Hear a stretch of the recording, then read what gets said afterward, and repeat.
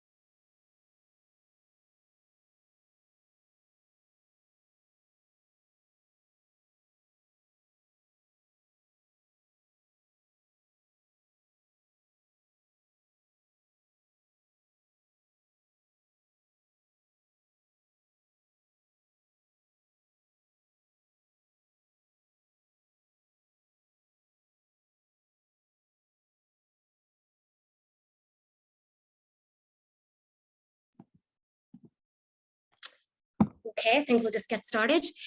So hi everybody, welcome to our virtual Mastering Lockdown event. Slightly different format than what we're all used to, but it's a sign of the times, and no doubt virtual events are going to become a bigger part of our lives due to the pandemic. So if I can ask you all just to make sure that your mics are muted and that your videos are off, as this can help with the interference, so hopefully we'll keep the technical glitches to a minimum. Fingers crossed.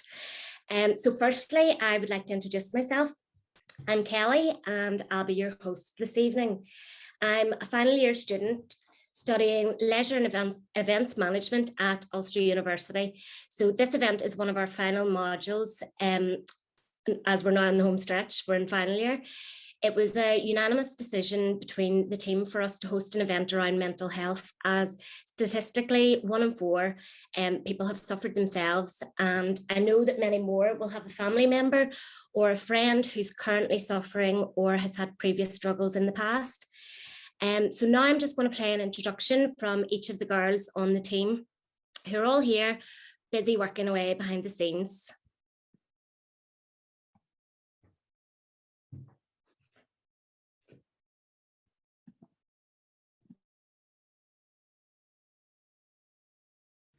Hi there, my name's Katie Rose and I'm from Castlefellin, and my role in Mastering Lockdown is Project Manager, where I overseen the event. I've thoroughly enjoyed planning this event as we were able to make it authentically local by involving local businesses, demonstrators, guest speakers, singers and our chosen charity MYMY. Also, I completed my placement in MYMY, so raising funds and awareness of the charity is very rewarding to me.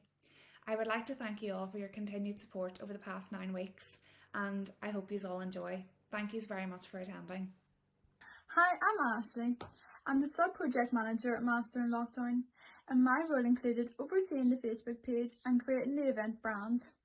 The reason I'm so passionate about a mental health event is because unfortunately I have first-hand experience in losing someone due to mental health issues, and I don't want anyone else to have to experience that. Hi everyone, my name is Megan and I'm from Belfast. I'm part of the logistics team here at Mastering Lockdown.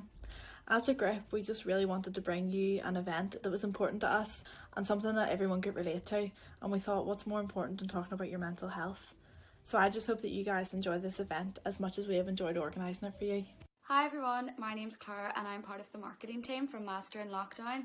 Just want to say a huge thank you to everyone for supporting us over the past couple of months, and thank you so much for joining us this evening, and we really hope that you enjoy our virtual event, all things mental health and Master in Lockdown.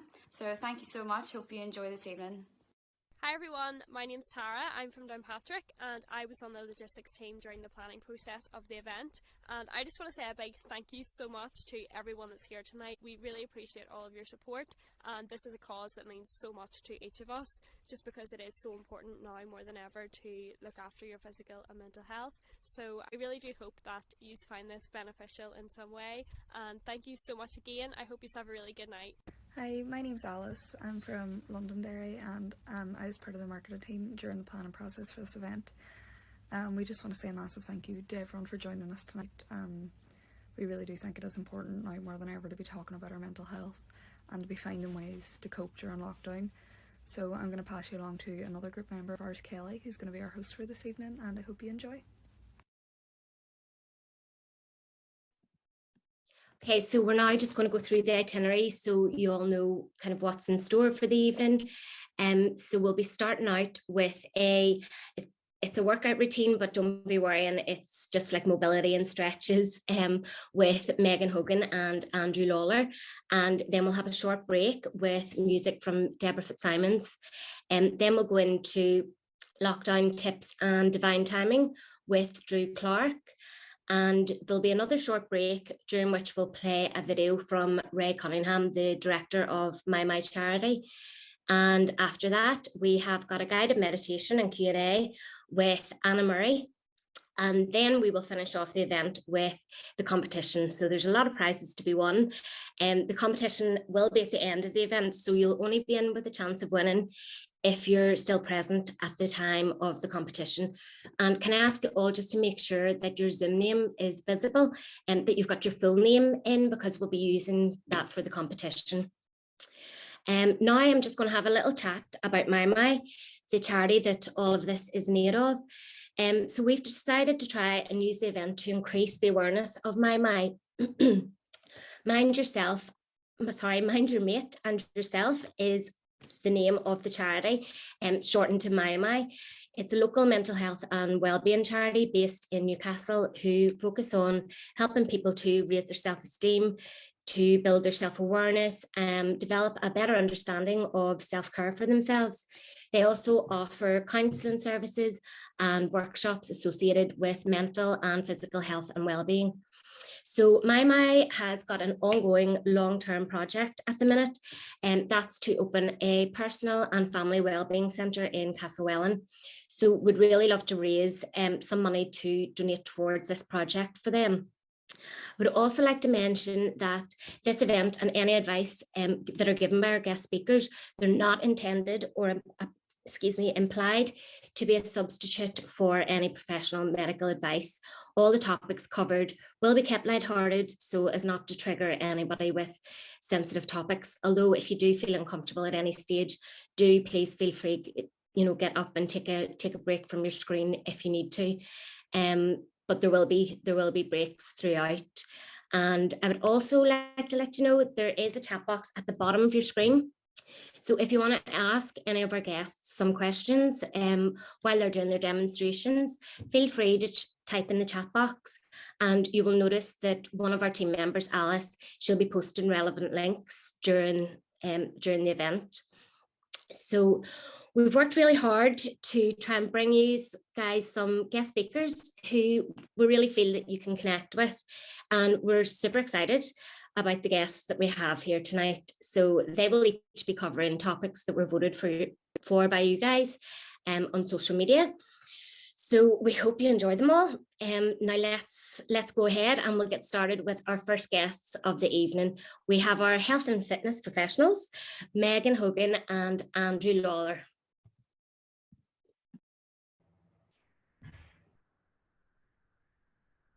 the camera on? Oh yeah, there we There go. we are. There we are. Hey everyone, just wanted to introduce myself. First of all, my name is Andrew Lawlor and I am a coach here at Hybrid Fitness in Belfast. I am also a tutor here at Elite Fitness and Performance Academy, where we teach other people to become personal trainers. So my background and my niche is corrective exercise, mobility and kettlebells. And I'm Megan. I specialise in women's health. I'm also a coach here at Hybrid Fitness as well. And I do a bit of admin for both Hybrid and Elite, so I kind of organise everybody as well. But yeah, so before we get started, I just wanted to say thank you to the girls for asking us to come on and present to you guys. Also, I want to say it's an amazing cause that they are raising money for. MYMY is an awesome charity. And if you can spare a little bit of money, please do donate to the charity. They're doing amazing things back home. The link, I think, will be put into the chat box as well. So yeah, I'm going to take you guys through a bit of a mobility session. I know you were probably expecting me to be getting you to do burpees and stuff in your living room, but I'm sure you've had enough of that over lockdown. So what I'm going to do is I'm going to take you through some things that I think are very important in terms of joint health. And it's something that you can do every morning and I know will benefit you. And I can guarantee will make you feel better if you just dedicate a little bit of time to this. So what I need you to do is clear a little bit of room in your living room or bedroom or wherever you're sort of watching this from, and we will get started. Okay, so what we're going to get started with is what's called controlled articular rotation. So joint circles. Yes, all of your joints, even the ones that you think can't rotate, they will be able to rotate. So we're going to start at the neck.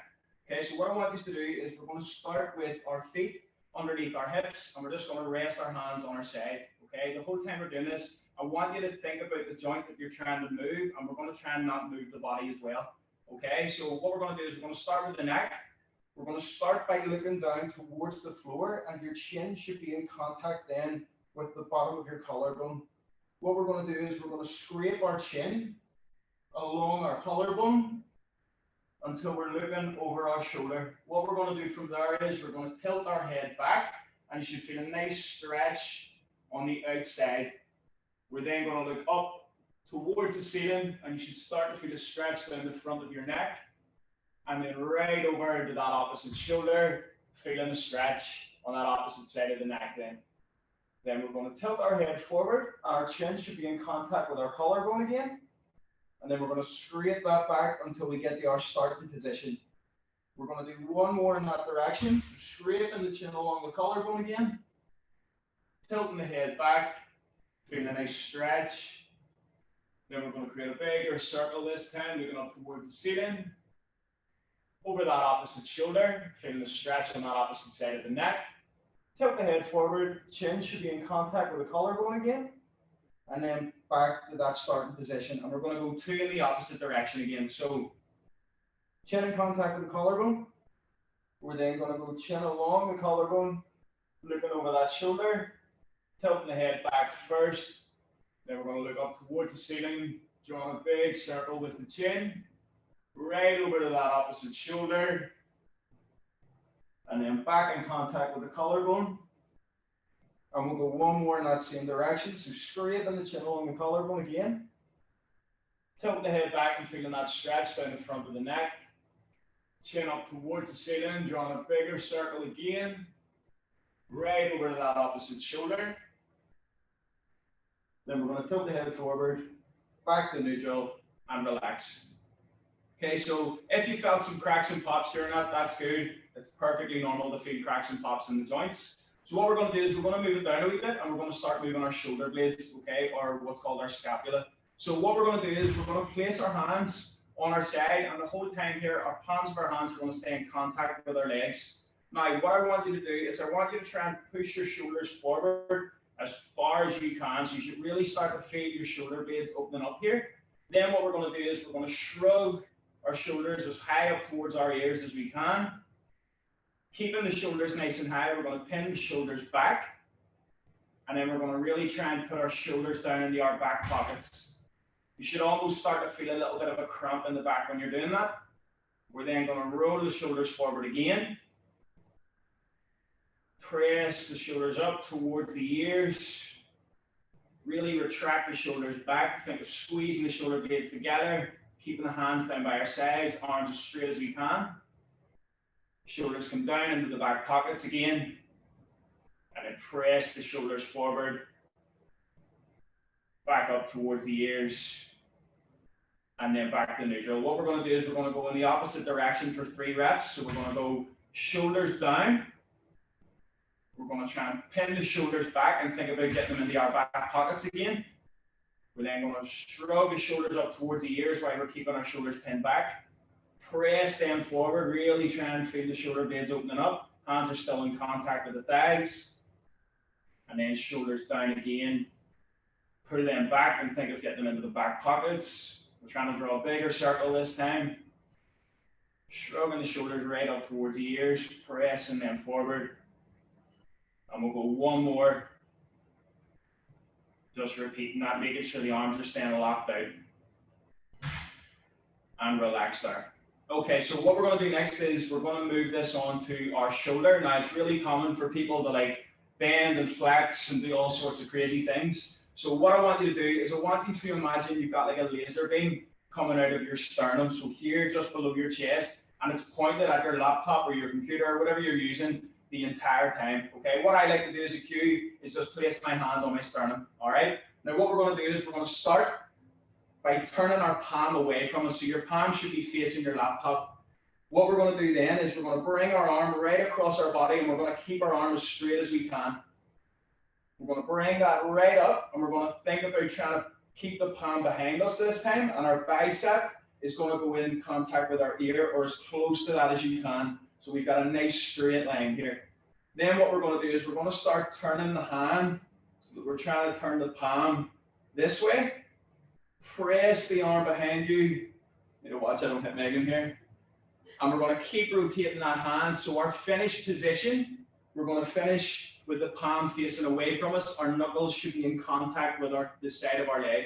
Then we're going to retrace our steps. So we're going to go back the way. Think of trying to get the arm back. You should feel a nice stretch down the front of the shoulder. Rotate the palm. And then this time we're thinking of trying to, the palm facing this way towards our head. Bicep is going to come back towards our ear. We're then going to bring the arm across the body and back to the start. Okay, so we're going to do one more on that side. We're going to go that slow, and I want you to think about trying to draw a bigger circle this time. Okay, so arm comes right across the body. You should hear a couple of cracks and pops here. That's normal, as I said before.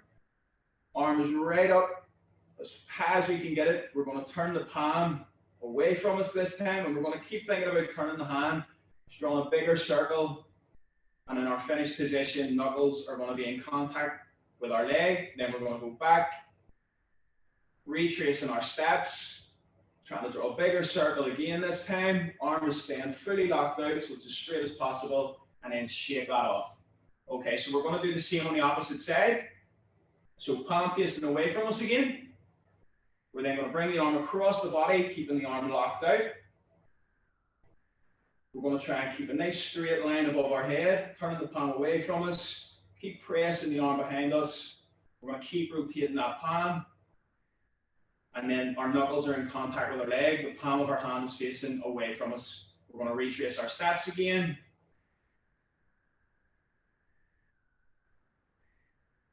Bicep back towards the ear. Arm right across the body again. And we're going to do one more. So arm comes across the body. You should feel a nice stretch in the back of the shoulder.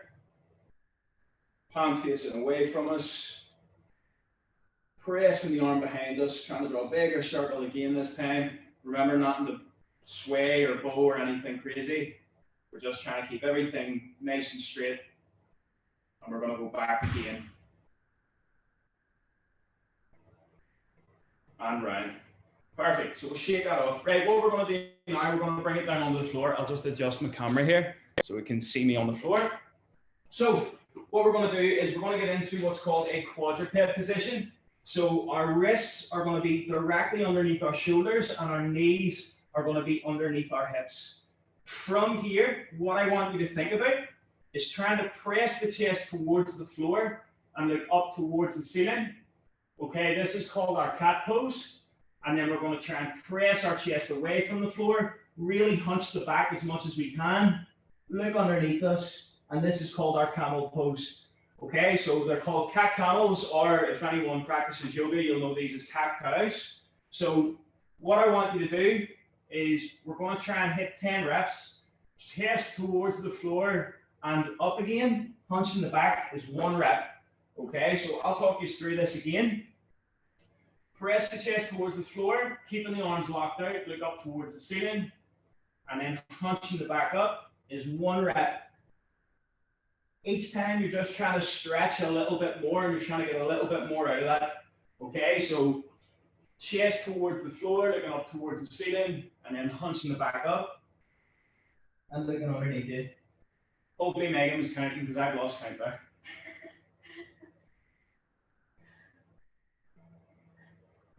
Good stuff. So with this as well, we're trying to not think about moving back and forward. We're literally just trying to move the spine. You should feel nice and mobile after this. You should be really feeling nice and free. We're just trying to get some blood flow into the joints. I think that's it. I think that's it. Okay, I think that's 10 anyway. If not, you can shout at me in the chat box.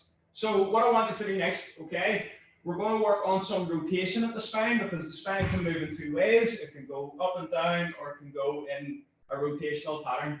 So what we're going to do is we're going to point our toes away from us and we're going to set our bum down onto our heels, okay?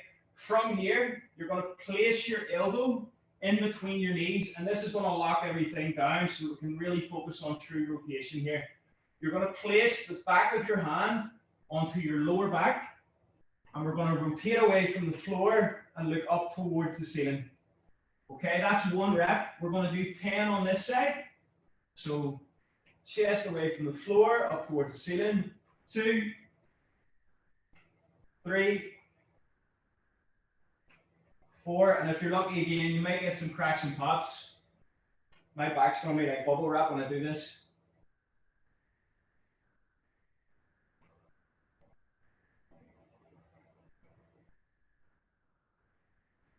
And then once we've done that, we're just going to swap sides. So same again, making sure the bum, we're sitting the bum down onto the heels, elbow locked in between our legs, the back of the hand goes onto the lower back, and we're going to hit 10 rotations.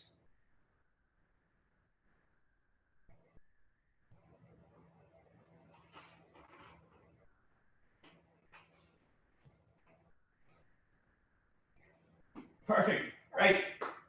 So we're going to move it down to the hips. This is everyone's favorite, and I always love doing this with our customers and our clients that come in here. Just because, you know, everyone, especially the lockdown, has been sitting down an awful lot, and I'm pretty sure your hips are feeling a bit restricted, and, you know, you're maybe getting some low back issues and stuff from that. So we're going to do something that's called a frog pose, okay? So what I want you to do, we're going to try and separate our knees as far as we can, and we're going to turn our feet out so that our heels are on the floor, okay? So our heels and ankles are in contact with the floor. We're then going to come down onto our forearms, and we're going to try and sit our bum back towards our heels. Our ankles should be in line with our knees here as well, okay? So from this position, we're going to try and not hunch the back. I want you to think about trying to press the chest towards the floor and keep the chest proud here, okay? And all I want you to do, I want you to hold that position for me. Okay, so you should really feel a nice stretch sort of in the inside of the legs. You should feel the hips starting to open up a little bit. And we're literally just going to hold this for the next minute, minute and a half, okay? Because when we're stretching, if we want to make any real change, we need to make sure that we're stretching for about a minute to a minute and a half, probably 2 minutes if you're a wee bit more advanced. Then what we're going to do is we're going to create some contractions. So this is going to be a wee bit heavier than the stuff we've already been doing, but I promise you'll feel good after it. So we're going to hold this. Yeah, we'll hold this for about another 30 seconds. This one's like Marmite. You'll either love it or you'll hate Yeah, it. I hate it. You'll love this or you'll hate this. I personally love this exercise. It's really good for opening the hips up. So what I want you to do now, I want you to think about trying to pull your bum down towards your heels, and you should really feel the hips starting to open up. If you're getting a stretch on the inside here, just bear with it. I promise it's going to feel good. So what I want you to think about now we're going to try and press our knees and heels into the floor. So I want you to imagine trying to drag your knees and heels together. You should really feel a contraction happening on the inside of the leg. You should almost start trembling, but we're going to start nice and light and we're going to build that up to like a 10 out of 10. I really want you to contract as hard as you can. So what we're going to do is press the knees into the floor, press the heels into the floor. We're going to start nice and light and we're going to slowly start building that up. So we should be at a 10 out of 10. We're really going to try and drag the knees together. Really trying to keep in that position. Keep the chest proud. You should feel a lot of tension in the hips at this point. And then what I want you to do is I want you to imagine trying to pull your knees off the floor. You should get a little bit deeper into that stretch. And all the cramping should happen on the outside of the hips. Keep going. Keep going. And relax. Whew. You come out, that should be a bit tight. If you're cramping, bear with it. Cramping's okay as well. So, what we're going to do is we're going to finish here with a little bit of a flow. Again, this is something I personally like doing, before I go in and do the likes of a squat. So, what I'm going to do is we're going to get into what's called a deep lunge position. Okay, so our deep lunge position, we're looking for our ankle to be directly underneath our knee, and we're going to try and keep our chest proud here. Both hands flat down onto the floor. Okay, so we're going to do a little bit of a flow from this position. Okay, I know Megan personally loves this exercise. So what we're going to do is we're going to try and press the hips towards the floor. You should find a little bit more space in the hips. You should feel a nice stretch here on the back leg, and you should feel the hips starting to open up. So we're just going to hold this for about 20 seconds. And really just want you to try and get comfortable, all things considered, in this position. Okay, so remember we're looking for our knee to be over the top of our ankle, hands flat on the floor, and we'll keep our chest proud here. Okay, so what I want you to do now, it's been about 20 seconds. So what I want you to do now, I want you to place your hand on top of your laces and your elbow should be on the inside of your knee. From here, what you're going to do is you're going to keep the foot flat on the floor using the hand, and you're going to press your knee away using your elbow. So you should really start to feel the hips opening up here. Start to feel a bit of tension gathering. And again, I just want you to hold that for about 15 to 20 seconds. Really trying to press the knee away. And then what I want you to do is bring the knee back in. Your hand is then going to come in underneath your leg, and it's going to come around your shin onto the top of your laces. From here, you're going to try and press the knee away, but pull against that with the elbow. So really try to not let your knee pull away from you. You should start to feel all the tension gathering in the hips. You should be shaking doing this. Really try and press the knee away. Keep going, keep going. Relax, and then I want you to place your hand on the top of your knee. Press your knee away a bit more this time. You can go onto the side of your foot, so you should be able to see the sole of your shoe. Keep pressing away, find even more room in the hips. And back in again. And then we're going to do 3 rotations from this position. So you're going to try and get your elbow to the floor on the inside leg. So from here, drop the elbow down. Rotate away and reach towards the ceiling. Don't worry if your elbow doesn't touch the floor, it's all good. Just go down as far as you can. And then we're going to swap sides. And this will be the last thing we'll do. I'll not torture you anymore. So again, knee over the top of our ankle. Press that back leg away from you. We're looking for a nice vertical shin here. Both hands flat on the floor, and we're going to extend through the spine. So we're going to keep the chest proud. And we're going to try and find a little bit of room in the hips here. Always takes me a wee bit longer on my left side to find a bit of room. So about 15 to 20 seconds again. Then what I want you to do, I want you to again place your hand on the top of your laces. Press your knee away with your elbow and keep your foot flat on the floor. Really try and force the hips open here. just as much of it is bearable for you as well. I don't want anyone getting hurt, so don't really force it. When you feel like you can't get any further, that's you. Really try and open the knee up.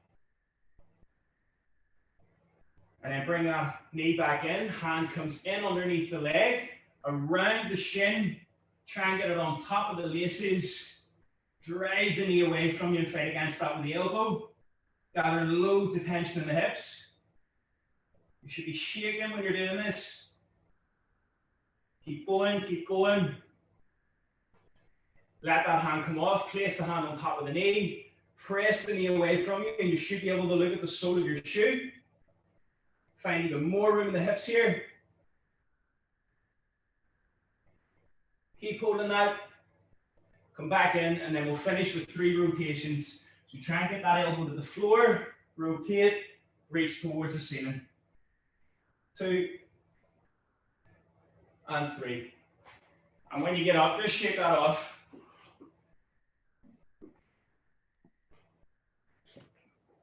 Thank you so much. I feel like this is the point that if we were all here in person, it would be, can we have a round of applause? But I think we all needed that. I know myself from whenever you're sitting over a laptop all day, that you forget and then you do those movements and everything's cracking. So now we will do our question and answer section. So earlier in the day, we've been asking for yourselves all on Instagram to put in your questions for the guys. So you's ready to go ahead if you've got your breath? Okay, so first question. What's an easy way to keep fit for those who hate the gym, but other than walking? Yeah, me and Megan, we actually get asked this quite a lot, and it's something, you know, I know a lot of people don't enjoy the gym, and like I'm cool with that. I'm an advocate for just finding something that you enjoy that's physical. You know, not everyone needs to go to the gym, you know, to be fit or to enjoy exercise. You know, we've got clients in here that do love walking. Like we have a client in here that walks 30 to 40,000 steps a day. Just like, you know, we've got other clients in here that, you know, they love triathlons. One of them likes triathlons. Another one started like mountain biking.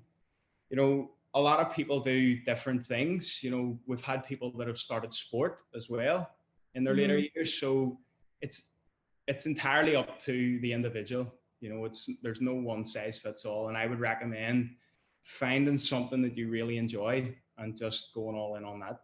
So is it kind of like find a hobby almost that keeps you active, I suppose? Yeah, because you don't need to go to the gym. I know that's coming from. Sounds good to me. I think there's that stigma around like exercise and stuff that you have to go to the gym or you have to be doing something, and it doesn't. Not everybody enjoys it, so it's, as Andrew says, it's trying to find that one thing you actually enjoy. Yeah, the consistency. Yeah. Brilliant. That's good news for me. Any motivation tips from you for staying focused on your fitness routine during lockdown? Set yourself daily goals. So even like 1 or 2 goals, say hit 8,000 steps and drink 3 liters of water. Simple.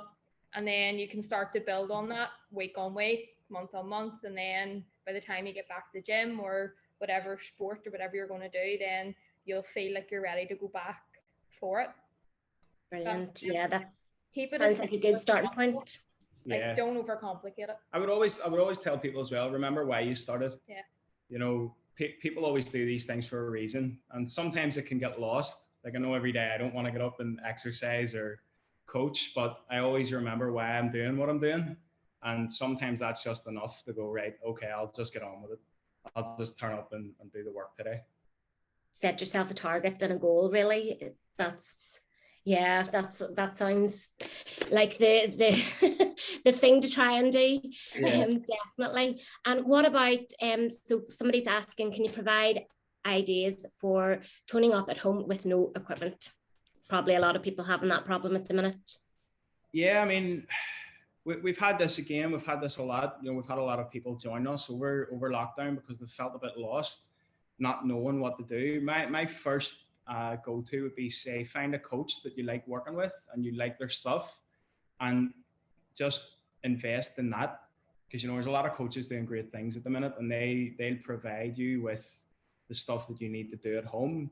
If not, you know, there's plenty of people putting workouts up in the house that you can do from home, but it's not too dissimilar to what you would do in the gym anyway. You know, eat 80% of the time, eat well, move, and just be consistent and trust the process with it. That's probably the biggest thing. You know, you're not going to see the results that you want in 4 days or a week. You need to, Wouldn't that be lovely? you need to give it some time and just trust the process as well. Brilliant. And what about, do you think there's a connection between healthy eating and your mental health? 100%. If you eat good, you feel good. That's it. Like we would say to our clients, every meal have loads of colour, because everybody loves colour, and eating colour, it's gonna make you feel good. So like through your fruit and veg and stuff like that. Because if you're going to sit down in front of like a bland meal, if it's going to be really beige and you're like, I don't want to eat that. Yeah. So just eat good and you feel good, and that's really it. I think a lot of people just overcomplicate everything, but it's really just really simple. So strip it back to the basics then. Yeah, basically. Yeah, for sure. Oh, well, here, guys, thank you so much. Really, really appreciate it. And just to let everybody know as well that Megan and Andrew have kindly donated a month of free Zoom classes with themselves. So one of you could be in for winning that later on. So thank you so much. Oh, thank you. And now we're going to go into our first break. So we've got the super talented Deborah Fitzsimons who will be singing for you. So you can get up, get yourselves a drink, whatever you need to do, or just sit back and relax and listen to the music.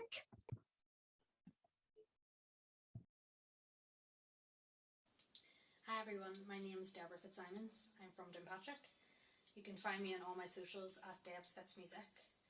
I am going to sing a song by Bill Withers, Lean On Me. It was released in 1972 and it's just as important as it was then. It's about strength and friendship and leaning on each other at the hard times, especially now. So if you know this song, feel free to sing along behind your screens.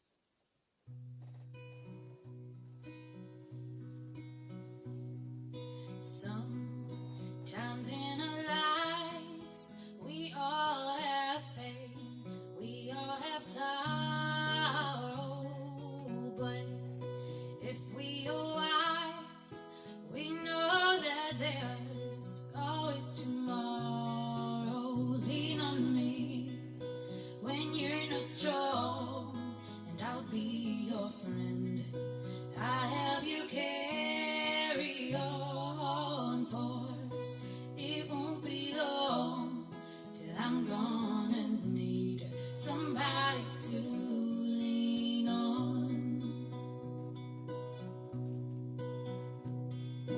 Please swallow your pride if I have things you need to borrow, for no one can fill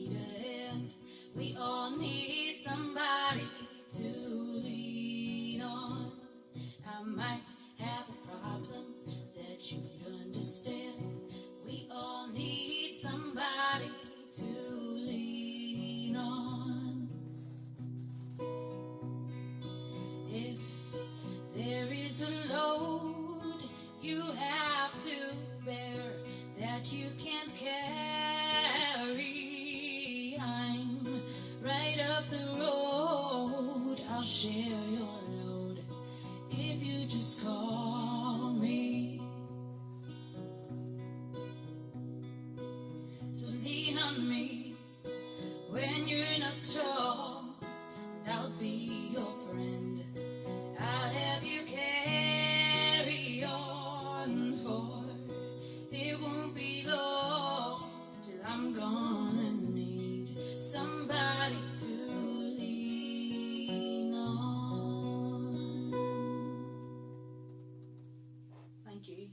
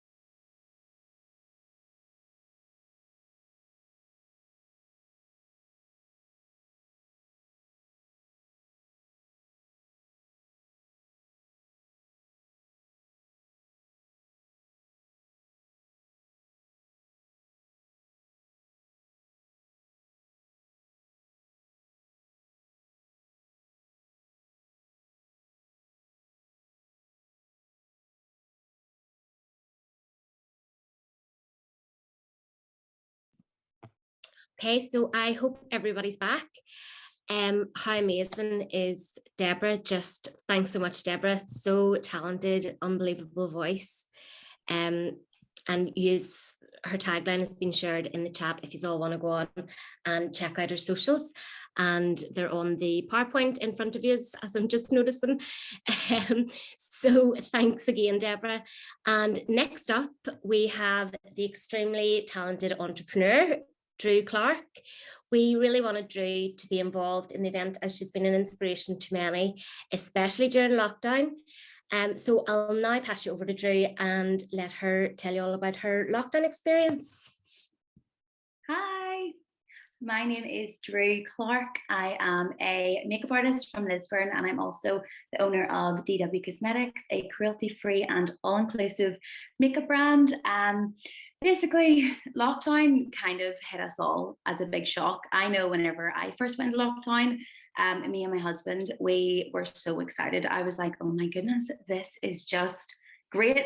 We get 8 weeks of special time to just do whatever we want. Like, we don't really get a lot of time together because of his job. He is an engineer, so he's always busy.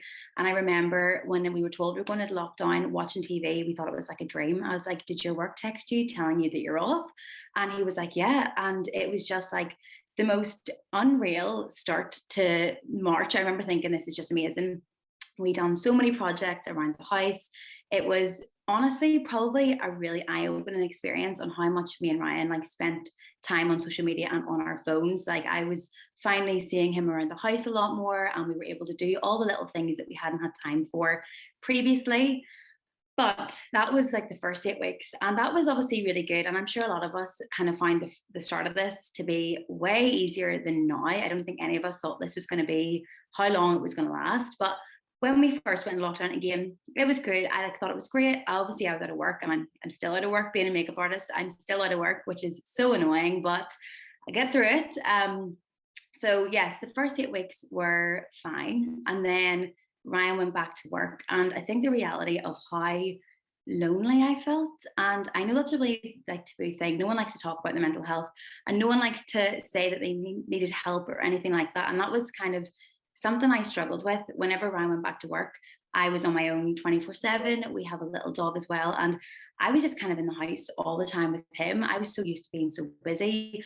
And I didn't realize how much I relied on my clients to help with my own mental health. I talk to them every single day. We kind of share our problems with each other, and your clients aren't just your clients. And that's been a big realization for me over the past year, and how close I am with a lot of them. So I just remember being on my own and thinking, how am I going to get through this? I have lost my job, essentially. I have a brand that I literally had just started months before COVID kind of hit us. And I think it was one of those things. I'd sat in the house a lot of the time thinking, how can I be productive? I felt so unmotivated and kind of really lost. I didn't really know what my purpose was. When I wasn't doing makeup, I was like, where do I fit in? Like, I didn't know what to do. So obviously I took to social media, and social media can be either really, really positive or really negative. So that's why I wanted to use my Instagram and my TikTok. I do my little days in my life over there, and I wanted to kind of use my platform as a place for women to come and feel like they have like a little community of people that all can relate to each other. I know whenever you use social media, we can compare our lives. I know I've done that in the past, and I still do that sometimes. So for me, it was like, I want to use my social media to be a place for people to be able to feel safe and to talk about how they feel. So I done a few stories, and I was like, how does everyone find lockdown? Are you guys struggling as much as I am? And so many people were like, yeah, I'm fed up. I'm confused. I've lost my job. I've lost my partner. Somebody in the family might have passed away because of the virus. And I didn't realize how many people were like suffering in silence. And that kind of was my big realization of, I need to do something, whether it's use like my voice on my stories or do my like TikToks every day, something that people could feel like was an escape from everything that was going on. So that was where like my journal kind of came into it, but I'll talk about that at the end. So what I did to kind of change that really negative mindset, I remember Ryan, my husband, coming home and saying, you know, you just don't even look like yourself. You just seem like you're really lost. And I said to him, I don't know how many walks I can do, how many Netflix movies I can binge. Because let's be honest, we all have done the full days just binging Netflix series all day. And I just said to him, I don't really know what to do. Like, how do I grow my business from home? Like, how do I do this when I can't like hold events, or I can't get models in to do their makeup? Like, I was just kind of everywhere. And I remember he said, like, you need to just have a plan. Like, you can't sit in this rut. And it was just for him telling me, like, come on, try and get out of that, try and get out of that bad headspace, that I was able to kind of help other people by helping myself, because nobody is useful if they're kind of drowning in their own sorrows and their own thoughts. So that was the minute I was like, right, I want to start to read, and I want to start to look at influencers and find people that were really inspiring me. So I came across Sinead Haggerty on Instagram, Chessie King, other influencers, and I was watching their stories and kind of getting recommendations from books that they were reading. Now, I'm not a book reader. I actually hate reading, but I just remember going on the Amazon. I was like, this is my last resort. I'm just going to go look for something that's going to help me.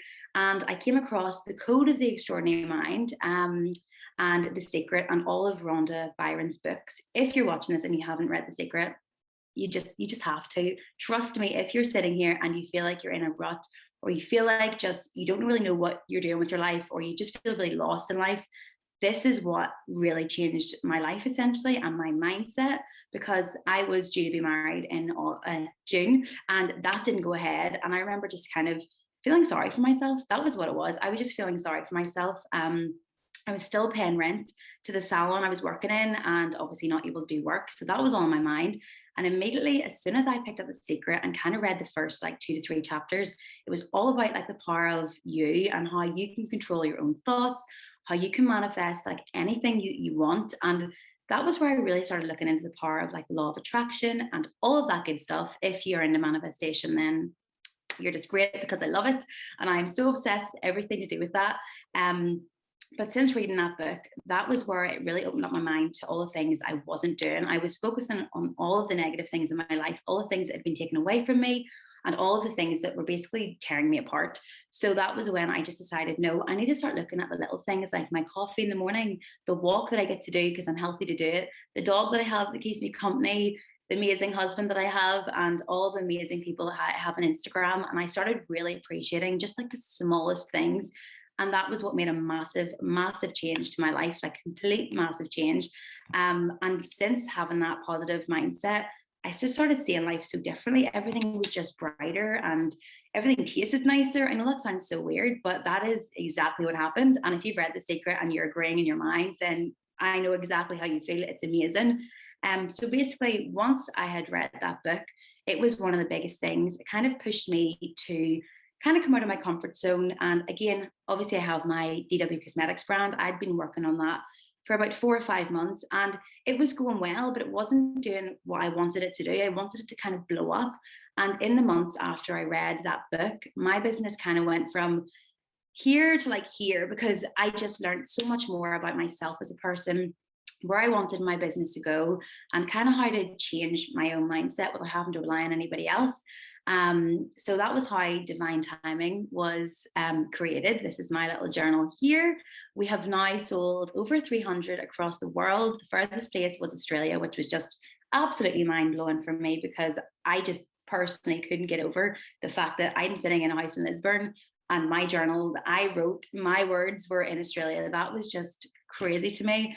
So after 8 weeks of just sitting on my MacBook, writing down all of my feelings, all of my words, and knowing that mental health is such a taboo subject, I hope that now it does seem like it's becoming more like talked about, but I do know there's people out there that still really, really struggle. I watched that Caroline Flack documentary, and it really hit home that there are so many people out there that don't ask for help. So many people out there that just don't know, kind of, maybe they do, maybe they have asked for help, but people aren't listening. I think that's also a big issue. Like, I myself have been counseled, and I know people kind of say, oh no, I wouldn't do that. I wouldn't want to share my problems with a stranger. But if you're not going to share them with a friend or a family member, sometimes a stranger is just as good, because I know everybody says, no, I wouldn't do it. But if you follow again Sinead Haggerty, like she says, counselling is cool. And I completely agree. Like, I think looking after your own mental health before even looking after anybody else's, it should be your main priority. But I'm going to talk about the book for a second, just so you guys know. They are coming back in stock really soon. I keep saying that because customs is a nightmare with Brexit and all that stuff. So we are getting these back in stock as soon as possible. But just to give you like a little run through and a very brief like little look at it. So basically, the start of it just tells you like why I created it. I was in my own little rut, and I wanted to help empower women across the globe to feel their best from the inside out. Because I mean, we can dress ourselves up and do our makeup, but if you're not feeling good in the inside, you're never going to look in the mirror and feel whole. You're always going to feel like there's something missing. So that was kind of my little entrance at the start. And then it just goes into everything about goals and aspirations, because again, lockdown, we were focusing on all of the bad that had been taken away from us. So like, we weren't able to go to work, weren't able to see friends, our events, our weddings, everything had been cancelled. So that was why this little journal was my like little safe haven. It was to give people a place that they could go, do you know what, I have got goals and aspirations, and I want to work on them while being stuck at home, because we all think that you have to be out and about to be able to do that. No, you can do it all from the comfort of your home. And as well as it goes into gratitude. I think something we always forget is to be grateful. Like I was saying, I'm now so grateful that I have my morning coffee. I'm so grateful. I'm also 19 weeks pregnant, so I'm so grateful to be pregnant. I personally feel like I manifested that. I remember putting that into my little manifestation book and my vision board, and I was like, I want to be pregnant, and then it just happened. And maybe some people won't agree, but for me, I'm like, if you genuinely want something and you focus on it for long enough, it will come. You just have to trust that the universe will bring it to you. I know some people don't agree with all that, but I just love the power of the universe. I just trust everything will happen for a reason. And then again, it just goes into like your daily intentions, your self-care and self-love, because again, like the girls were talking about at the start, the MYMY charity is all about, you know, self-care and self-love, and knowing that you're here for a reason and you are so worthy, even if you've lost jobs, even if you have no money in your bank account, even if you feel like you're slipping into a hole, you're not. Life is so much more than what we see right in front of us. Like, you've got so much ahead of you, and that's what this journal is kind of all about, just to show you that there's so much more to life. And then just at the end, talks about unhealthy habits and guilt. Again, a lot of us have felt guilty. I'm actually going to read out a few things that people feel guilty for. Where is the guilty part? Hold on till I find it. Thinking of my own journal, I'd actually know. Hold on, I will get it. So basically, the guilty part was saying that we feel guilty for binging on, say, Netflix all day, or we feel guilty for letting go of a toxic friend, or feeling guilty for spending all our time on our phones, or maybe even feeling guilty for how we spoke to a partner or a friend. And that is so normal. But I'm here to tell you that you shouldn't feel guilty for those things.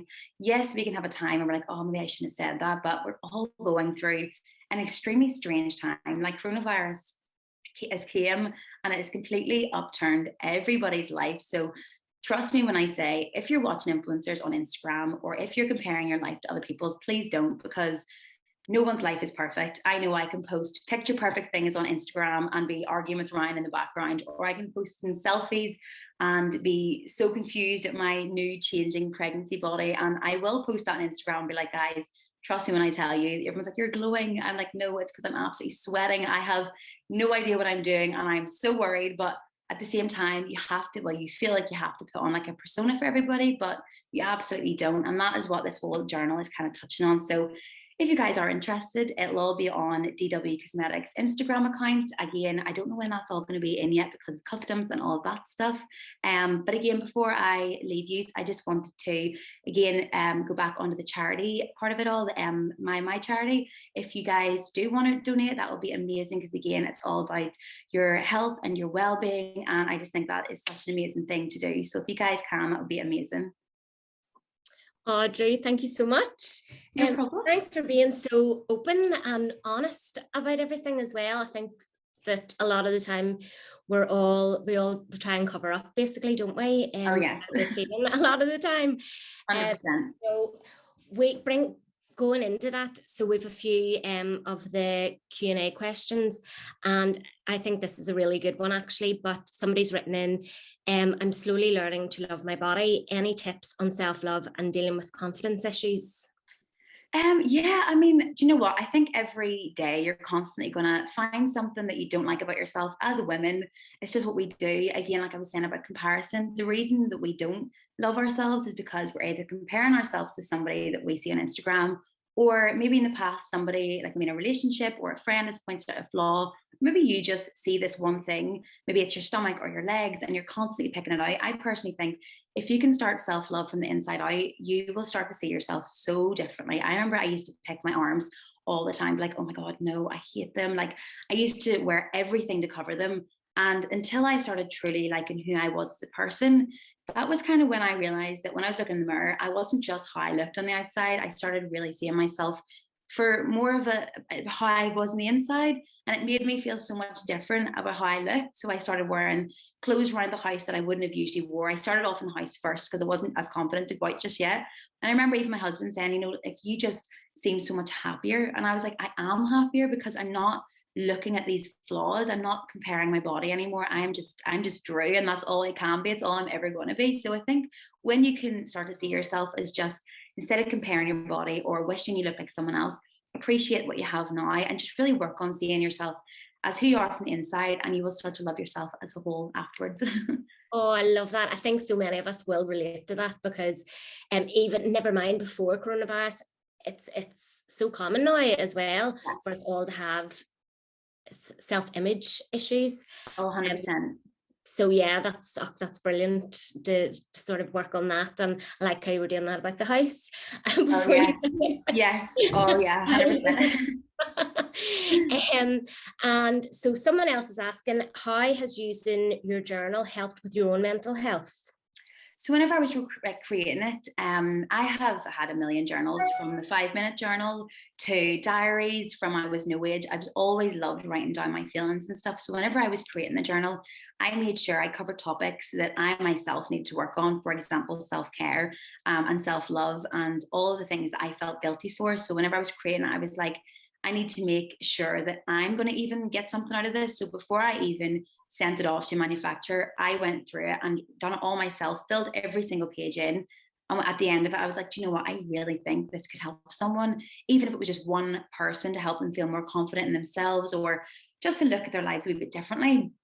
That was the main aim. And because I felt such a connection with it, I was like, hopefully because I felt a connection with it, other people would. And that was kind of when I was like, right, let's just go for it. I just took the risk and was like, if they don't sell, I'll give them out for free. I don't care. I just wanted to help someone. And here isn't going so well, so thank goodness for that. All except for Brexit holding up your books. I know. They'll be here soon though.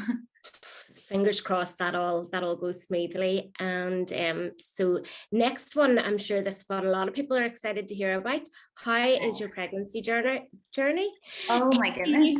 Do you think being in lockdown has made it better or has it made it worse?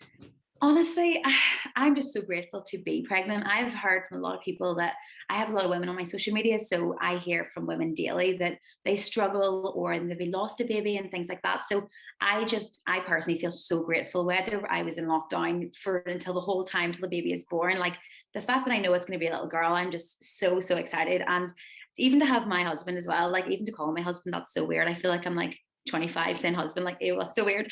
But no, I like even just him, saying I can't wait to have a daughter, like we're going to go on a holiday with her, and all the ways I'm going to teach her. Again, I'm going to make sure she is like the nicest person ever. No bad eggs over here. So I'm just so excited. Like, it's just such a dream come true. I've always wanted to have a family young, and because I've been married, I mean, me and Ryan were married in August, and I was straight away like, I really, really want a family. And he comes from a really big family, all boys as well. So that's why I was like, I'm having a boy. It's going to be a boy. His whole family were holding hope for a boy, and then a girl came, and I was like, this is just amazing, a little mini me. So I really can't wait. A whole new chapter to start, and I just can't wait to share it with everybody as well, which is such a good thing to be able to do. Oh, we're so delighted for you, and no doubt she will be a spoiled little princess. Oh yes, sorry, that sounded bad. No, don't mean it in that way. Well, Drew, thank you so much, and some really valuable information there for everybody to use. And also, Drew kindly has donated a copy of her Divine Timing Journal for the competition as well. So thanks again, Drew. No, thank you so much for having me. It's been amazing. Like, honestly, thank you so much. Oh, Ellie, there's a wee question in the group chat there. It's just. Oh, sorry. Yes, I didn't see that. You're okay. So, Drew, would you recommend a social media detox? Yes. I am on my phone every day because of my brand that I have. And again, when you're trying to build a social media, I kind of feel like it's important for me to be on social media every day. But I have found having even just a whole day where your phone is turned off from the moment you wake up. My new routine, because I have obviously no work to go to at the minute, I have no alarm set, so my phone is turned off every single night, an hour before I go to bed, and it's just the best thing ever. And some days I just have it off all day, and I usually get questions. People are like, are you okay? I'm like, yeah, I just had a day off. Me and Ryan went out for the day, and I just didn't film it for once. I didn't have reels or stories up. But I think it's so important to come away from social media, because if you imagine, like, years ago, our parents didn't use that, like our grandparents didn't use that. So because we're so like absorbed into the social media world, I'm like, come away from it for a while, give yourself a day or two to actually be present, like be around people, talk to them, not just your social media. So yeah, 100%. If you feel like you need a day or two, even a week off, turn your phone off and just don't even think about it. Just do all the nice things around you that are there to do. Oh, that sounds great. You're very popular in the chat now tonight. So, oh, lovely. What is your favorite thing to do for self-care? Like a self-care routine. Well, I have actually got a self-care routine in my journal. One of my favorite things would be to, again, turn my phone off and put my Alexa on and have her play like a really nice coffee music playlist in the background. I make myself hot chocolate. I actually have one right in front of me. It's probably cold, so I'll put that in the microwave afterwards. But I just take myself and give myself a couple of hours just to do me. I put a Lush bath bomb into the bath. I again play my music. I completely just unwind, and I get into my bed, and I usually watch like a really good Netflix movie just before I go to bed, something really fun. Ginny and Georgia is really good, or Firefly Lane. They're so cute. I haven't watched those. They're so good. So just little things like that make me really happy. And again, walking, a lot of that kind of stuff, just taking myself to new little areas. Although even with coronavirus right now, we're not really allowed out of our 10-mile radius. No. But anything like that, I think for self-care, just taking yourself away from the problem or anything that's annoying you, or just making yourself feel really good for the day. Lovely, great. And any advice to your younger self? Gosh, so many things I would tell my younger self. To not be so hard on myself all the time. I think one of my biggest downfalls was I was constantly so hard on myself. If I wasn't losing weight, or if I wasn't doing good enough in school, or if I was always trying to people please as well. I was such a people pleaser, and that got me nowhere. Me trying to be everybody's friend and make everyone like me, it just doesn't work. When you're doing that, you're just draining yourself. You're completely deflated at the end of it. And something I wish I could have done when I was younger would just have been stronger as a person, not let people walk all over me because I was nicer. But now that I know that, it makes me a lot stronger now. And again, because I'm going to have a daughter as well, I'm going to make sure that she knows that she is a strong, independent, confident woman, and she doesn't let anyone talk to her the way I let people talk to me. You live and you learn, don't you? Oh yeah, 100%. Absolutely. Well, I'll say it again. Thanks, Drew. No, thank you so much. I'll not take up any more of your time. I will finally come off the screen and give yourselves a break. Not at all. Thanks again. Thank you. Okay, so now we're just going to go into our second break, guys. So we're going to share a video with you, and it's from Ray, who is the director of MYMY, and he'll be telling us more about the charity and what they do. So if you would like to donate after the event or during his chat, the link is on both of our social media accounts, and it'll be posted in the chat box as well. So we will see you after the break. Hi everyone, my name's Ray from MYMY. I want to start out by thanking everyone for taking part in this Mastering Lockdown event. And very much thanking you all for supporting our organisation in many ways by mentioning it in your own stories, coming together and talking about it. I really appreciate the team's thinking to associate ourselves with this important event. We don't take these things lightly, and we really are very appreciative of it. We feel now that over the last sort of 12 months, which is insane to think that 12 months and a little bit, that we're still in the middle of what we're in of COVID-19, and what we've all seen is, on one hand, it has been very tough and challenging for many, and I think there's many tough and challenging days ahead. But on the other hand, when you see what you guys are doing and really trying to make a difference, I think that we can find so much hope in that, and we have an opportunity through like-minded people to really make a lasting difference. Can this last year define us to go on to do, or define us to continue with struggles within our own lives and the lives of our family and friends, or can define us that it can become that year that changed everything for us? We reached this point in human history where we never have been more technically advanced or medically advanced, but as a species we've never been more unwell. So we have an opportunity here now to really look at everything we do, through the relationships that we have, through the food that we eat, through how we interact with each other, with our community, with our country, how we speak with other people and speak about ourselves. We have an opportunity here not just to master lockdown, but to master the direction that we are going in our life. And we, as the younger generation, from 18 to 34, 35, that's part of this event, you have the opportunity now to change everything, because everything needs to change. So for me, in one hand, being part of what I do is intervention, so I would meet somebody who's extremely distressed, who's suicidal, and that can be very tough. But in that moment, when they really believe that you can empathise and relate and you connect with them people, you could see a spark within their eyes, and hope for life once again comes back into that person. And if you can look at COVID as that scenario, as that moment of despair, as that dark night of the soul, if you like, that we are all in as a human species.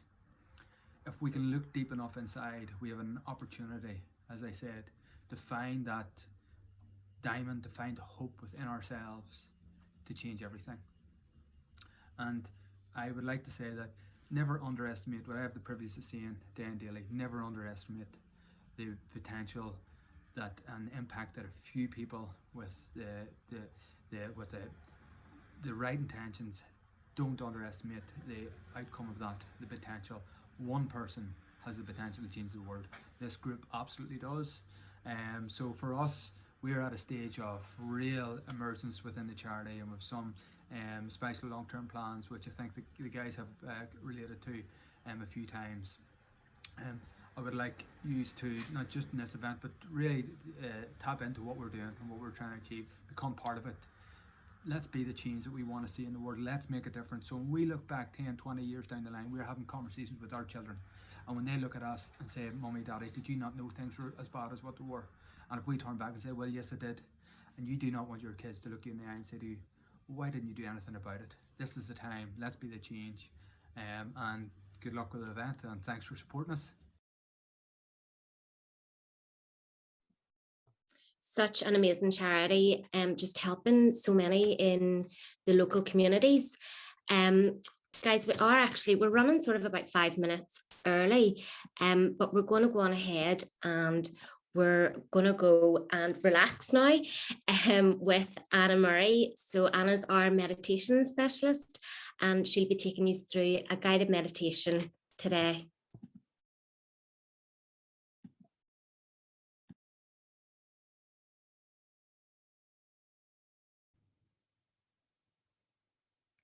I'm not sure if my camera's on yet or not.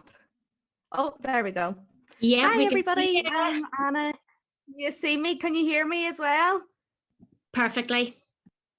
Great. Okay, well, I'm Anna. I am that hippie hypnotherapist. Some of you might follow my Instagram page where I post some little snippets of hypnotherapy, but mostly I have been talking about really issues that people are facing day to day recently on my stories, and I've been doing some guided meditation and sleep hypnosis. Everybody's going mad for the sleep hypnosis. People really do struggle with sleeping. But I just want to tell you a little bit about the business that I am growing at the minute. I qualified as a hypnotherapist last June, and I started my Instagram page a few weeks after I qualified, because I really do think there is a gap in the market here for mental health support and in an alternative way. I know that MYMY and charities similar to MYMY are doing fantastic work starting conversations, but I know that people really do think that they struggle with things alone. So when I started my conversations on my Instagram stories about things like anxieties and phobias, sleeplessness, even things like sexual dysfunctions, people were coming to me from left, right, and center saying, oh my God, I thought I was the only one struggling with this. And it just really sparked something in me that this conversation needs to be happening all the time so that people can identify with each other, and so that people aren't just reaching out to professionals, that people are talking to their friends and their family as well, because everybody, we're all in the same boat. And especially now with lockdown, we as a nation, I know there are some people from across the water, but Irish people have a tendency to do things in droves. But even when you're surrounded by friends, I think a lot of the important conversation that we should be having isn't happening. And that has really changed over lockdown, which I think is one massive positive to come out of lockdown. And I'm so happy and I'm so grateful that people come to me and ask me for the advice and to start these conversations as well. So yeah, I've been working as a hypnotherapist now for almost a year. Well, that's scary. And I have kind of dipped my toes more into the meditation side of things. I know that people are really enjoying it, and that's what I'm going to do here this evening. So I'm going to get stuck into that, just so that we can leave some time at the end for the question and answers.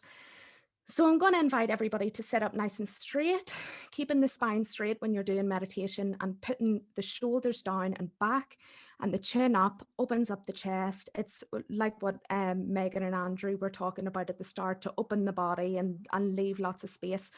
So you open the chest and allow lots of room for the breath. The breath is so important with meditation and any mindfulness exercises as well.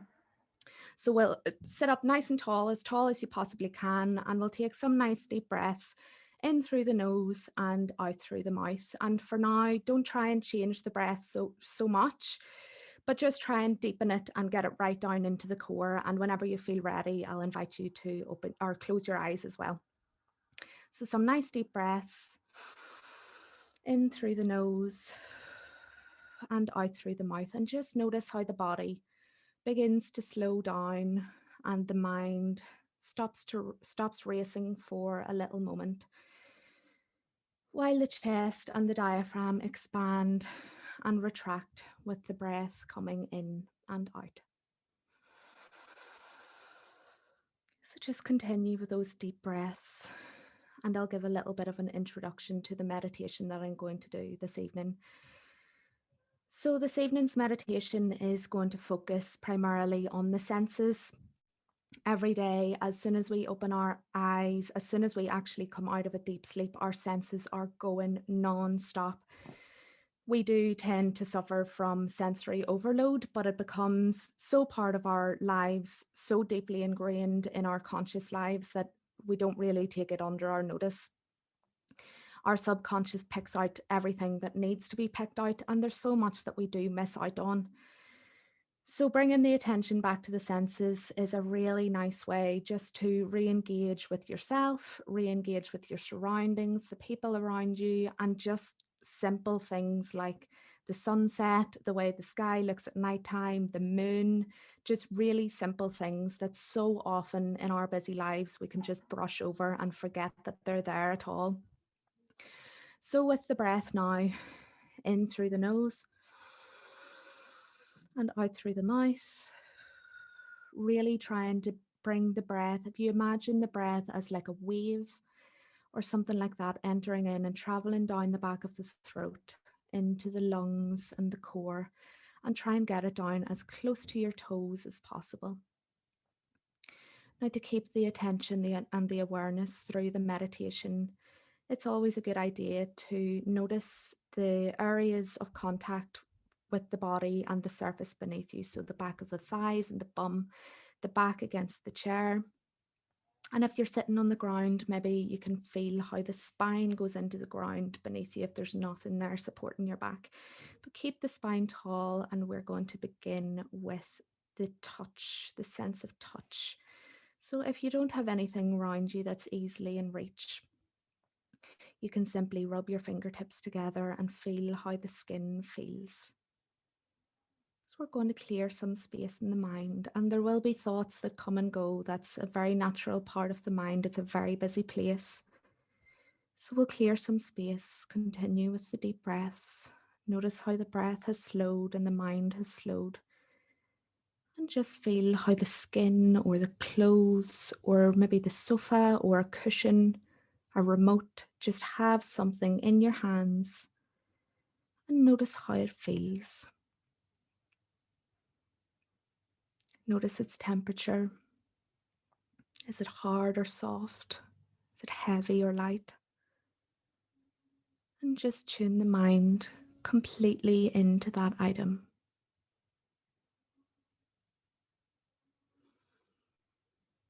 And don't forget about the breath. And when the mind does travel, just bring it back to the breath and how this feels in your hands.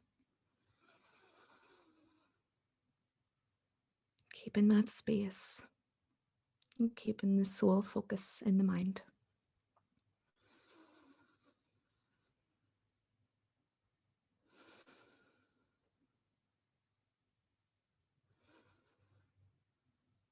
And next, from touch, we'll move on to the sense of hearing.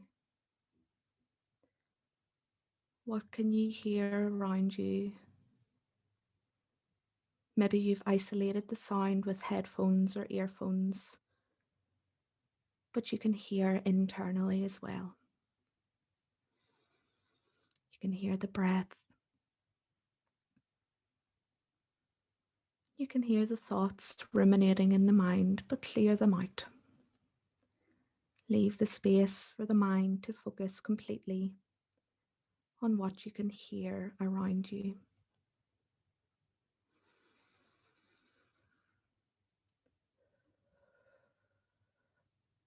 So often when we take time out to ourselves for some peace, we fill it with noise. But the most satisfying and rewarding thing you can do is to give the mind and the body proper silence.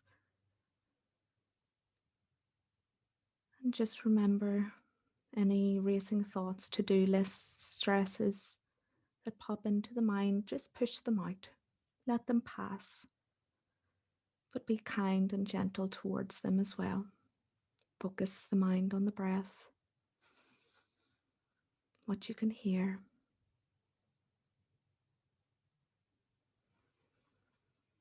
And how it feels to be still.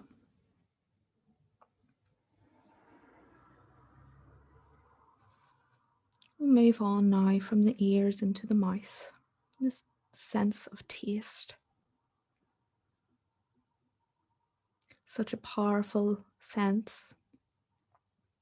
And for a lot of people, it's the source of many joys. I know for myself that's definitely the case. Notice now how without anything in the mouth, you can still taste. What does it taste like? How does the mouth feel? Is it warm? Is it wet or dry? How do the teeth feel against the tongue? How do the teeth taste?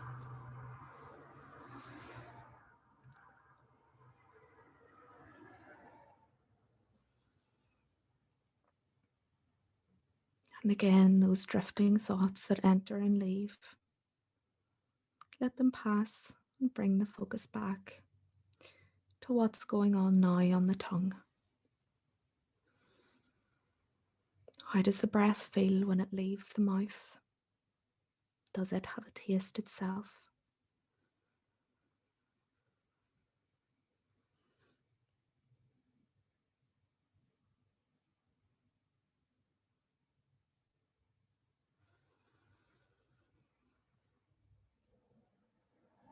Bring the focus back to the breath. And if you find that you've slumped over, straighten the spine and notice how this alters the breath ever so slightly.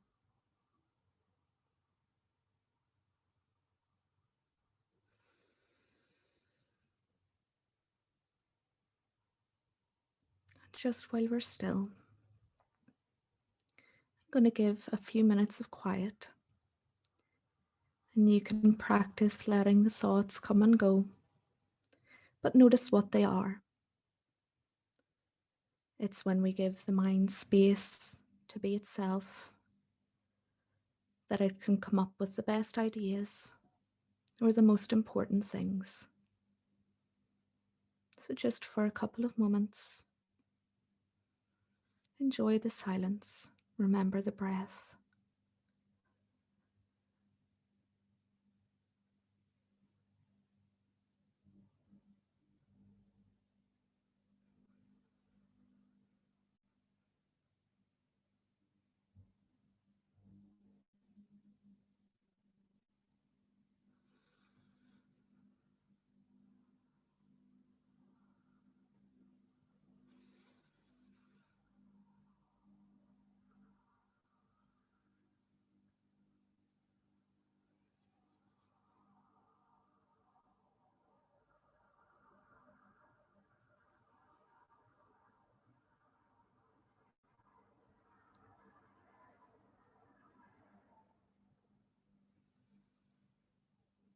And just before we round it up, keeping the eyes closed, the breath deep.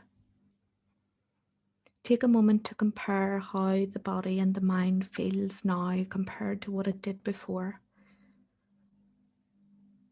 I know it'll feel different for the other guest speakers if they were feeling any way like I was this evening. But giving the mind and the body this time in either the mornings or the evenings is such a good way to engage with yourself. Find out what's going on inside. So just for a couple of moments, observe how the breath has changed, the mind has slowed. The muscles maybe feel a little looser.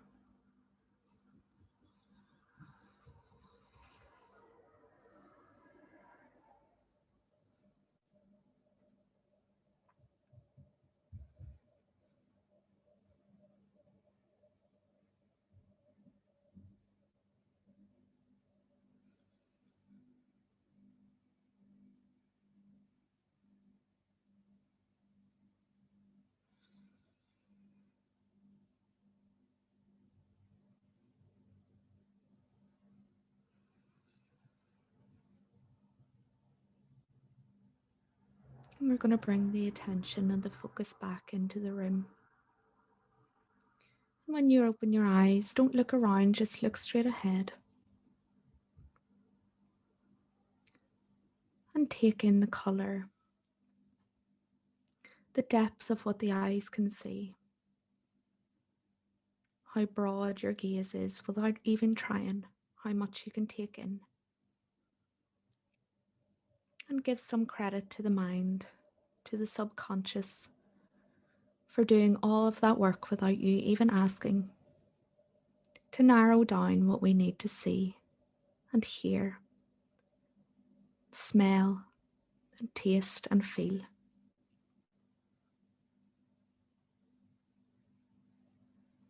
Thank you all for joining in that, and I really hope that you enjoyed it, and I hope that you feel nice and relaxed and calm. Anna, that was amazing. Thank you so much. Oh, you're very welcome. I feel like I want to kind of whisper now or something, like it's just really it really mellows you out, doesn't it? It's great. Your voice is so so soothing. Oh, thank you so much. It really is. So I see we have some questions in the chat box for you. We'll go ahead and get started on them. Yeah. So, oh gosh, which was the first one? What made you want to be a hypnotherapist? So I actually, I have faced quite a lot of mental health struggles myself. I've faced a few traumas in my late teenage years, and I really struggled and didn't know where to go. And after I did seek help and I found out how amazing, and especially charities like MYMY, for offering counselling services, especially to young people. I feel like MYMY's reach is so much to young people, and that is so important. As everybody knows, young people can struggle a lot with mental health because in the past it hasn't been cool, or it hasn't been okay to talk about your mental health with your mates or whatever. So I actually embarked on a course with Chrysalis Courses UK, and I did it with the hope of becoming a psychotherapist, which is the final year of a 3-year course. But the first year is hypnotherapy, and on the first class that I went to, our tutor did hypnosis on one of the other students, and I was just mesmerized. I couldn't believe what had just happened in front of my eyes. And you see the likes of Darren Brown on the TV, or those stage hypnotists that used to go to pubs and stuff, and it was always a bit of a farce, or people kind of like took the mick out of it a wee bit. But when you see how powerful it can be, and the success stories that come from hypnotherapy, it's just absolutely mind-blowing. So I continued with the year, and after that I decided, for now anyway, I skipped on the counselling and the psychotherapy, because apart from anything else, my mind was just absolutely chock-a-block full of new information. I was reading all of the books of the day about hypnotherapy, just became completely obsessed. So yeah, that's where my hypnotherapy journey started from. Wow, it really is fascinating. It's something that like I really do not know much about at all. But when it comes to the likes of meditation, I feel like I would love to be able to do it, but I know that I probably could if I just stuck at it. Oh yeah, 100%. Like all of these things, mindfulness and meditation and even hypnosis, and you can hypnotize yourself once you get really good at it, and you can make changes deep in the mind yourself. But it's a practice, and it's something that you really do need to stick with. But once you do, and you start opening the mind to it and getting the hang of it, it's just becomes second nature. Even the likes of deep breathing and breathing techniques that really help still the mind, they just become second nature. And it's great because then you really are in control of your own emotions and your own mental health, which is one of the most powerful things you can have in this day and age. Fascinating. And what is the biggest benefit that you've actually found in your day-to-day life from meditation? So when I wake up in the morning, I try and start most mornings with my yoga and meditation, although I always do have at least 5 minutes of still and just introspection, self-reflection before I start my day. Because if you wake up and get straight into it, boom, boom, boom, you're not going to be as productive. And I know that some people are filled with adrenaline as soon as they get up, especially people who go running or do a workout first thing in the morning. The blood's pumping, you're ready to go. But having that stillness and creating that space in the mind, when you think about it, if you wake up and you try and get stuck into it straight away, your mind has still been going all night. Even though your body is resting, your brain still be ticking away when you're sleeping the whole night. So you have all of this going on in your mind, and if you try and get stuck into work, it's trying to squeeze more information into your brain. Whereas if you make that space and create a little opening, you're going to be able to process the thoughts better. And apart from anything else, you're just going to start the day feeling nice and relaxed. And what better could you ask for than going into a work day feeling nice and zen and chilled and really relaxed? It's great. Sounds like the dream. And someone else really actually asking, what is your favorite technique for dealing with stress in work or in public? So there's a couple of things. Breathing exercises are really, really good. It's you have to battle with if self-consciousness is something that you struggle with, which I definitely did when I was 18, 19. Now I don't care, which is great. Sitting deep breathing through your nose can look a bit funny for people around you, but deep breathing completely stills the nervous system. It brings everything right back down to the ground. So it in itself is a great tool for things like anxiety, panic attacks, anything, phobic reactions. But apart from that, there's a great tool that we use in hypnotherapy called anchoring. And basically what it does when you get a client into a trance, a hypnotic state, which is really just where you shut off your conscious mind and you open your subconscious mind so you can take in lots of thoughts and suggestions for change. Once you are in that nice relaxed state, you can do something like, it's most commonly this, where you press the tip of your thumb in between two other fingers. And once you train the body that once you do that tiny, tiny action, which you can do completely subtly, nobody would ever see you doing that, it tricks the mind into thinking that you are in that relaxed state. So once it feels that pressure on that thumb, the mind kicks into that relaxed state that you have experienced when you've been in that hypnotic trance, without obviously sitting and needing to be brought back out of the trance. But it does all of the same to the organs, to the mind, slows the breathing, slows the nervous system. And it's amazing what you can train your mind to do with a couple of sessions of hypnotherapy. It really is mind-blowing stuff. I keep saying that, but it really, really is. I can't emphasize that enough. It definitely does. It really does seem like it. And with another question that just asking, do you always find it easy to relax into meditation? So I suppose that was kind of what I was saying too. Hypnosis or relaxation, or do you have times where it is difficult for you? So absolutely. And when there's a lot going on in your life, of course, your mind's constantly going to be in overdrive, trying to think of ways out of the stressful situation that you're in or the anxious situation that you're in. Your mind isn't going to completely relax straight away because it's against what it wants to do. It's against its instinct. Your brain wants to keep you safe all the time. So if you're really, really freaking out about something, if you're about to go into a panic attack, even if you're just stressed with home life or work or whatever, the last thing your brain is going to want to do is just to shut down like that, because it sees it as you're putting yourself out there for danger. You're leaving yourself very vulnerable. So there definitely are times where you struggle with it, but having that ability to push thoughts out of the mind is so important, because, and I know this, that when I started speaking on my stories on my Instagram page, that when I spoke about intrusive thoughts and a negative internal monologue, which everybody has, is that wee voice that's constantly going in your head that you can always hear in your head. People were like, wow, I didn't know this was something that you like could control. And it's, when you think about it logically, that is you who is that voice. There's nobody else controlling that. So once you have the ability to control it and make it quieter and be able to say, nope, that's not what I want to think about today, or welcome the thoughts in, and they're productive thoughts or they're positive thoughts, happy memories seeping in, you're going to want to let those ones in rather than the negative thoughts, the self-conscious thoughts, the self-doubt, all of those things. And it is just letting yourself and practicing enough that you have that balance and you are completely in control of those things. And another thing I wanted to add here is that meditation doesn't have to be sitting under a tree with your hands like this and your legs crossed, wearing yoga pants and a ribbon around your hair.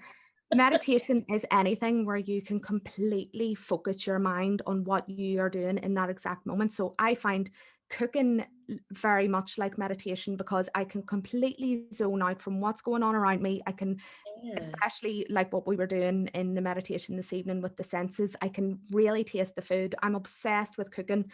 So that is something that if I'm feeling really stressed, I'll say to myself at 2 o'clock in the day, right, I'm going to make this for dinner and I'm going to think about that and I'm going to bring myself to that time being so excited and then just completely shut off from everything else, bring my focus into cooking that meal and then sit down and savor it. So it's things like that. People find exercising very meditative, playing music, singing, dancing is an amazing way to meditate, because if you love an artist so much, you can completely focus on the way that music sounds, the way that music makes you feel, the way it makes you want to move your body, and think you don't have to do the classic meditation, although it is a really good place to start because it does train you to have that awareness and that ability to completely encapsulate yourself in what you're doing. So you can mix all these things together, and definitely having something that you really enjoy doing and bringing your meditation practice towards being able to do that, but in a more productive, mindful way, is definitely a great way to go into it. It's, oh God, it's really amazing, because the way that you're talking there, it's almost as if we can be like doing a bit of meditation without even realizing it when we're doing our favorite 100%. things, switching off, essentially. That's brilliant.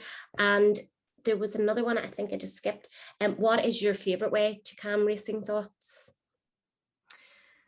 Definitely through the breath. The breath is the most powerful tool that we have, and we do it all the time without even thinking about it. But once you put your attention into the breath, it is incredible in the things that it can do for your body.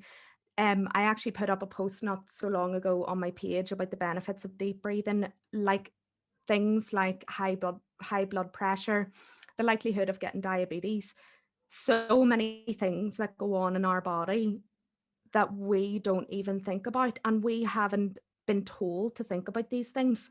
Like definitely if you had been told in school, like here's what your deep breathing can do for you, you would think about it more. And it is just getting the word out there to people that doing these things is so helpful. So definitely with the racing thoughts, just to tune into the breath, and you're already doing it. You don't have to go out of your way to start doing anything else. I hope that you're still breathing. So all you have to do is sit back, close your eyes, and just focus on the in-breath, the out-breath, how it expands the body, how it feels entering the body, how it slows down the mind and everything about it. And then before you know it, 5 minutes later, you're completely in a different headspace. Wow. And do you have a favorite way of meditating? Like, is there some particular way that you prefer to do it, like in the morning? Or I definitely do prefer it in the morning, just because I do feel like it kickstarts my day in a really good way. But I think the way that I have combined my meditation practice with yoga and the way my body feels after it, I really like guided meditations. And I have started recording my own because, sorry, no offense to any Americans out there, but I really can't listen to Americans guiding me in meditation. I don't know what it is. I just can't do it. So I've started recording a lot of my own meditations where it's just bringing focus into the body, like I said before, with the breath. But after yoga, when you get up in the mornings and you stretch, even when you just wake up in the mornings and you stretch your arms, and it feels amazing.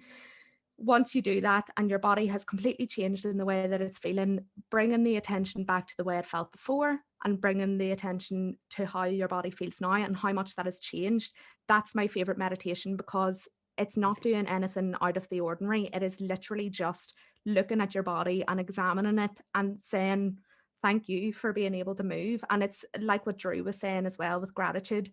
It is one of the most grounding things we can do, to just look at ourselves and be like, Oh, wow, you're amazing. Thank you so much for doing the things you do and just completely being grateful for the bodies that we have and the lives that we have and the opportunities that we have every day.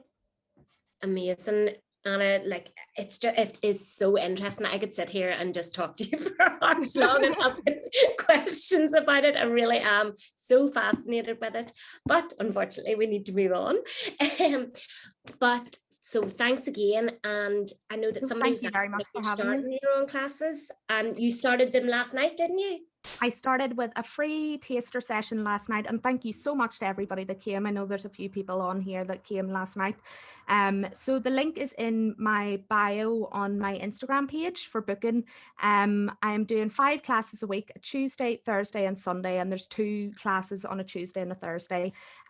So check the times out, and I am going to do a poll during the week as well, because I know there are some times that don't suit everybody. So I'm going to see if there's enough interest to maybe add some more times or another couple of days into the week as well. So yeah, check those out. And brilliant. Yeah. Great. And Anna has also kindly donated 3 meditation sessions for our competition. So fingers crossed for you all that somebody will be the lucky winner. And that's brilliant, Anna. Thank you. So we're just going to go straight into our competition.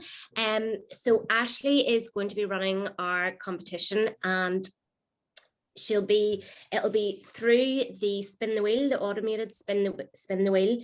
So all of you who have attended this evening will automatically be generated for the competition. So if your name is chosen, please email our Mastering Lockdown account, our email account, and we'll arrange for you to claim your prize. So we'll post the email into the chat for the lucky winners as well. So I'm now just going to pass you over to Ashley. Good luck, everyone. Hi, everyone. I hope you have all had an amazing night and are feeling really relaxed and prepared to tackle any more lockdowns we could face in the future. So I'm going to take you through the part of the night that I know a lot of you have been waiting for. So let's get started.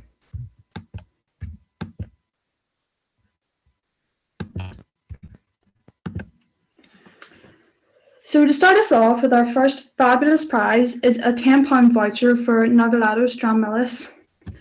Good luck.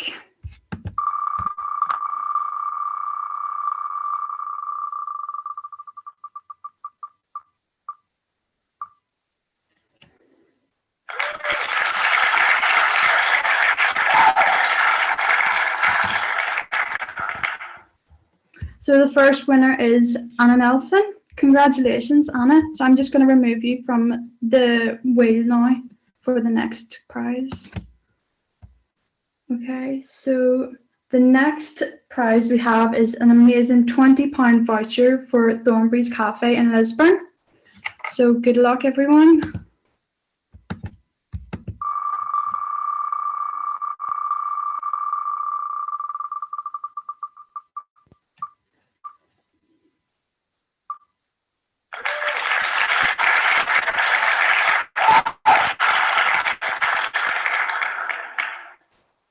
So the second winner is Alice Bridgenell. Congratulations. I'm just going to remove you from the spinner.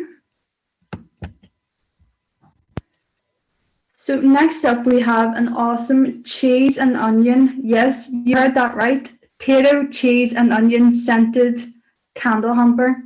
So Johnny from Belfast Candle Company has insisted this is a candle you cannot knock until you try it. So let's see who's going to win this.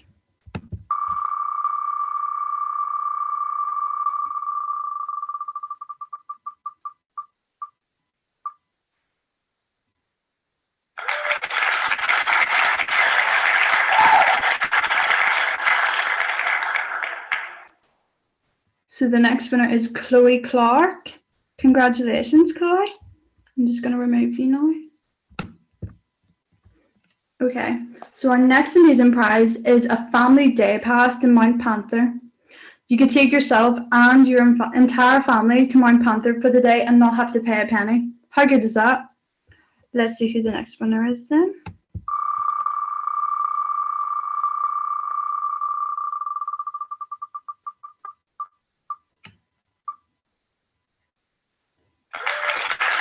Congratulations, Hannah and Fiona.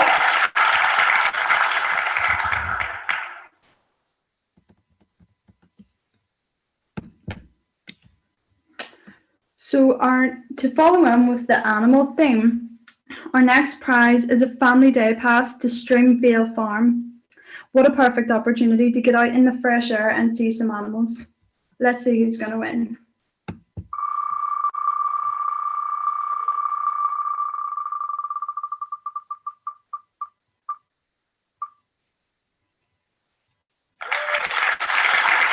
Rebecca Fitzsimons, congratulations. I'm just going to remove you now. So our next fabulous prize is from Maddie at MC Activewear. She's kindly donated a £30 voucher to use on anything, yes, anything on her website. So let's spin the wheel and see who's going to win.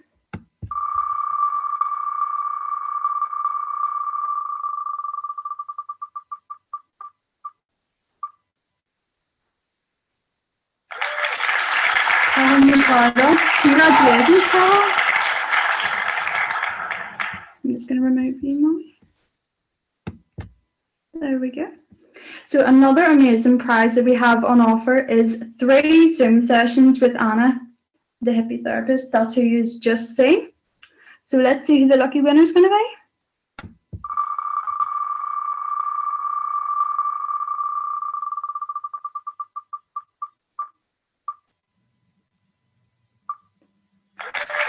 Johnny Boys, congratulations, you're a nice winner.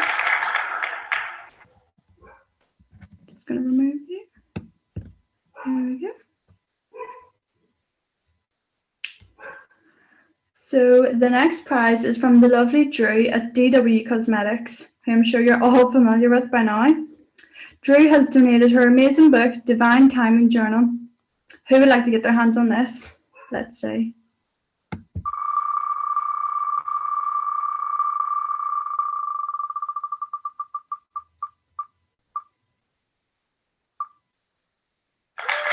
Amazing, David. Congratulations.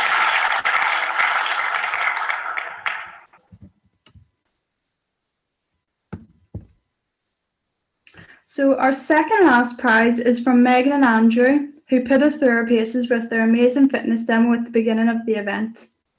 They have kindly donated 1 month free online training with themselves. Who wouldn't want to win this? Let's spin the wheel and see.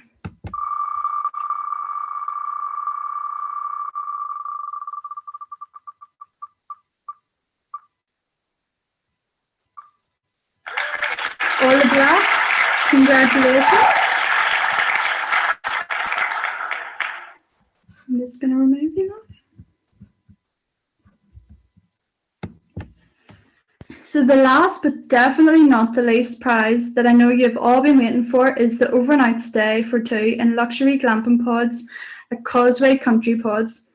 Let's just get right to it and see who the winner is going to be.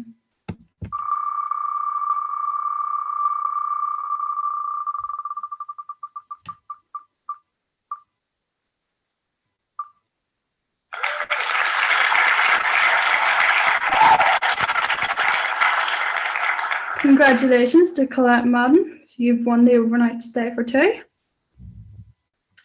So I'm just going to close this now. Congratulations to all of our winners tonight. I'm sure you're all delighted. I have to say I am very jealous that we couldn't enter because the prizes have been unreal. As Kelly said before, for your prize, please email us at the email address provided on the screen and the chat box. Thank you for watching. I will now pass you back to Kelly. So congratulations to all of our winners. A big thank you again to our sponsors for donating those amazing prizes. We really hope that you enjoyed our event tonight, and a massive thank you to our guest speakers who were all fantastic. We have included the guest taglines for Instagram and Facebook, so please go follow if you're not already following them. And also, if you have any further questions for them, feel free to DM on their social media. And as previously mentioned throughout, I feel like we're constantly mentioning this, the event is in aid of MYMY. And if you haven't already donated and are in any kind of a position to do so, even £1, it would go a really long way for such an amazing charity. And again, the link is in our chat and on all of our socials. So we will be actually emailing you all a little follow-up toolkit brochure. It'll be containing some recommendations for books and podcasts. And we also have an exclusive video that the Irish YouTuber Meg Hughes, she created that specifically for our Mastering Lockdown event. So there's a wee link to that in there. And along with that email, there's a link for an evaluation form. If you could please if you could go on now and just take a minute and fill out that evaluation form, it would be much appreciated for ourselves, so that we can use that towards our coursework. Now, finally, on behalf of myself and the rest of the girls, we would really like to say a massive thank you to all of you for your support throughout this planning process and for joining us tonight. We hope that you have found it fun and that you have taken away plenty of valuable tips and information to use over the course of this lockdown, however long that's going to be. So everybody take care of yourselves, and thanks again.